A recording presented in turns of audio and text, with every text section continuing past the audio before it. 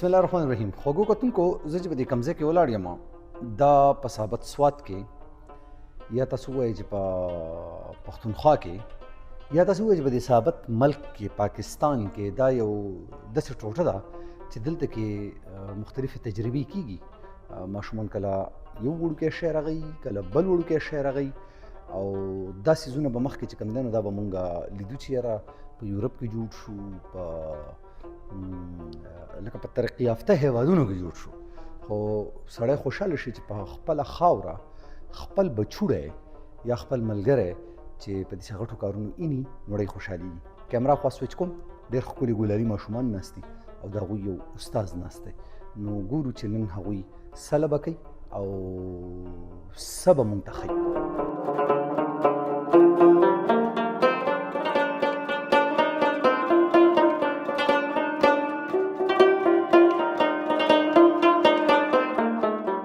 زما نوم رئیس خان دی او زه دلته ایز ا سټیم ټیچر یم په اس پی اس کالج پریم آباد کیمپس کې.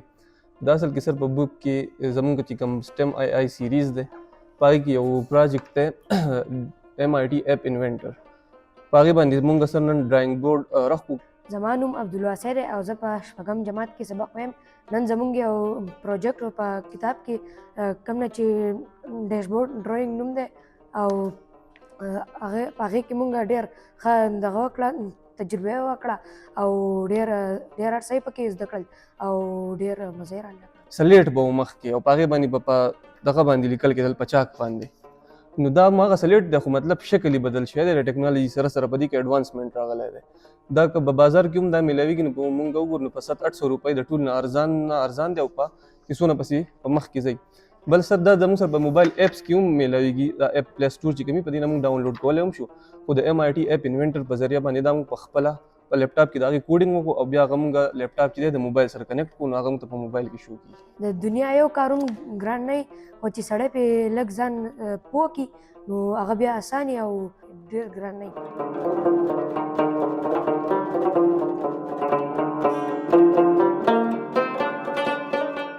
څانګه به نن سبا کې ګل شي او ما یې په سر کې سرې غوټۍ لیدلې دي نه. زه چې کله په 5م او په 6م ټولګي کې وم نو مونږ که وګورو بیشتر په دغه وخت کې به مونږ خاورې خوړئ. اوس ماشومان چې کوم دی هغه ښه ټیک ټاک خپلې تجربې کوي او نن چې دا کوم ډیجیټل ډرایینګ بورډ تاسو ولیدو یا استاد صاحب ورته ووایي چې مخکې به چاک او سلیټ وو، نو اوس خو چاک سلیټ نشته. اوس چې کوم دی دا ډیجیټل ډرایینګ بورډز دي.